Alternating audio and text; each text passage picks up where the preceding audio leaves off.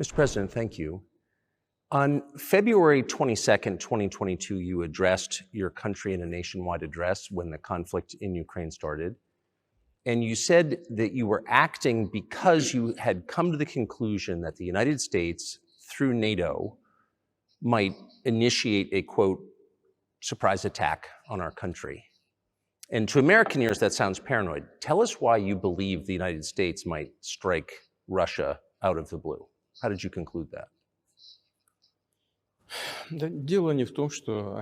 It's not that America, the United States, was going to launch a surprise strike on Russia. I didn't say that.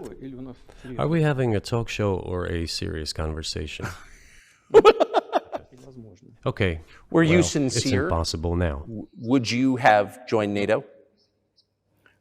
Look, I asked the question, is it possible or not? And the answer I got was no. If I was insincere in my desire to find out what the leadership position was... But if he had said yes, would you have joined NATO? If he had said yes, the process of rapprochement would have commenced, and eventually it might have happened, if we had seen some sincere wish on the other side of our partners. But it didn't happen. Well, no means no. Okay. Yet the armed opposition committed a coup in Kiev. What is that supposed to mean? Who do you think you are? I wanted to ask the then US leadership. With the backing of whom? With the backing of CIA, of course. The organization you wanted to join back in the day, as I understand. We should thank God they didn't let you in, although it is a serious organization. I understand. My former vis-a-vis in the sense that I served in the first main directorate, Soviet Union's intelligence service. They have always been our opponents. A job is a job. Technically, they did everything right. They achieved their goal of changing the government. However, from political standpoint, it was a colossal mistake. Surely it was political leadership's miscalculation. They should have seen what it would evolve into. It was they who started the war in 2014. Our goal is to stop this war. And we did not start this war in 2022. This is an attempt to stop it. Do you think you've stopped it now? I mean, have you achieved your aims? No, we haven't achieved our aims yet, because one of them is denazification. This means the prohibition of all kinds of neo-Nazi movements. This is one of but what is, pardon my ignorance, what is denazification? What would that mean? Да, вот я как раз хочу сейчас об этом сказать. Это очень важный вопрос. Денацификация. Really, my question is, what do you do about it? I mean, Hitler's been dead for 80 years. Nazi Germany no longer exists. And so, true. And so, I think what you're saying is you want to extinguish or at least control Ukrainian nationalism. But how? How do you do that? Вот послушайте меня. Ваш вопрос очень тонкий. Listen to me. Your question is very subtle, and I can tell you what I think. Do not take offense. Can we say that we have completely uprooted this ideology if what we see is happening today? Right. My question was a little more specific. It was, of course, not a defense of Nazis, neo or otherwise. It was a practical question. You don't control the entire country. You don't control Kiev. You don't seem like you want to. So how do you eliminate a culture or an ideology or feelings or a view of history in a country that you don't control? What do you do about that? А вы знаете, как вам не покажется странным, в ходе переговоров в Стамбуле... You know, as strange as it may seem to you, during the negotiations in Istanbul, we did agree that we have it all in writing. Neo-Nazism would not be cultivated in Ukraine, including that it would be prohibited at the legislative level. Mr. Carlson, we agreed on that. This, it turns out, can be done during the negotiation process. And there's nothing humiliating for Ukraine as a modern civilized state. Is any state allowed to promote Nazism? It is not, is it?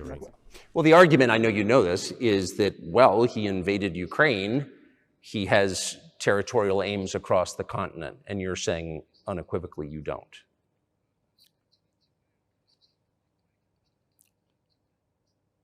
Это абсолютно исключено. It is absolutely out of the question.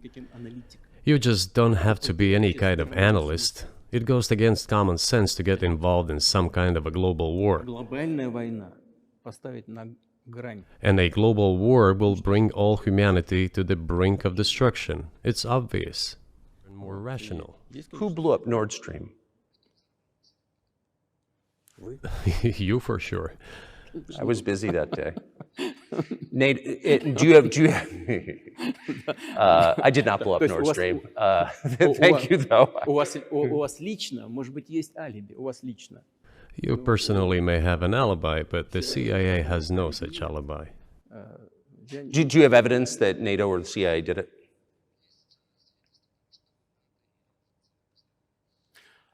Знаете, You know, I won't get into details, but people always say in such cases, look for someone who is interested. But in this case, we should not only look for someone who is interested, but also for someone who has capabilities. Okay, so if you had evidence, and presumably given your security services, your intel services, you would, that NATO, the US, CIA, the West, did this, why wouldn't you present it and win a propaganda victory? In the war of propaganda, it is very difficult to defeat the United States, because the United States controls all the world's media and many European media. The ultimate beneficiary of the biggest European media are American financial institutions. Don't you know that? So it is possible to get involved in this work, but it is cost-prohibitive, so to speak. We can simply shine the spotlight on our sources of information, and we will not achieve results. It is clear to the whole world what happened, and even American analysts talk about it directly. Do you think Zelensky has the freedom to negotiate a settlement to this conflict?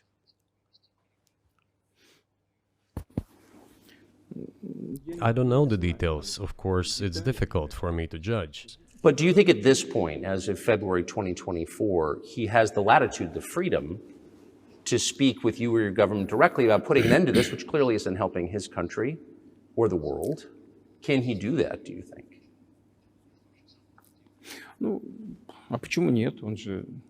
Why not? He considers himself head of state. He won the election. Can I say that the one way in which the religions are different is that Christianity is specifically a nonviolent religion. Jesus says, turn the other cheek, don't kill. How can a leader who has to kill, of any country, how can a leader be a Christian? How do you reconcile that to yourself?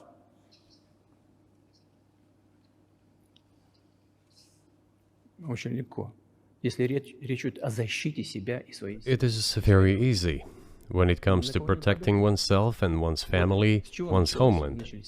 We won't attack anyone. С госпереворота и с начала боевых действий на Донецке. When did the developments in Ukraine start? На Донбассе. Вот с чего. Since the coup d'etat and the hostilities in Donbass began, that's when they started. And we're protecting our people, ourselves, our homeland, and our future. What else is needed? Do you think it's too humiliating at this point for NATO to accept Russian control of what was 2 years ago Ukrainian territory? Я же сказал. I said, let them think how to do it with dignity. There are options if there is a will. Варианты есть. We are ready for this dialogue. Would you be willing to say, congratulations, NATO, you won, and just keep the situation where it is now? Ну, вы знаете, это предмет переговоров. You know, it is a subject matter for the negotiations. No one is willing to conduct, or, to put it more accurately, Точнее сказать, хотят. they're willing, but do not know how to do it. I know they want to. It is not just I see it, but I know they do want it. But they're struggling to understand how to do it. They have driven the situation to the point where we are at. It is not us who have done that. It is our partners, opponents who have done that. Well, now let them think how to reverse the situation. We're not against it. It would be funny if it were not so sad. Было бы смешно, если бы не было так грустно. You know, this probably sounds strange given the current situation. Все равно мы договоримся. But the relations between the two peoples will be rebuilt anyway. Сегодняшней ситуации прозвучит. It will take a lot of time, but they will heal. Между народами восстановится. Потребуется много времени. I'll give you very unusual examples. Совсем приведу вам необычный пример. There is a combat encounter on the battlefield. Here's a specific example. Ukrainian soldiers got encircled. This is an example from real life. Our soldiers were shouting to them, "There is no chance. Surrender yourselves. Come out and you will be alive."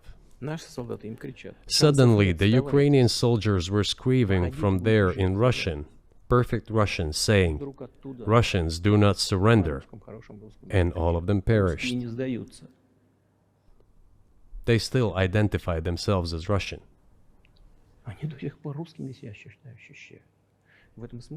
What is happening is, to a certain extent, an element of a civil war. Everyone in the West thinks that the Russian people have been split by hostilities forever. No, they will be reunited. The unity is still there. Thank you, Mr. President.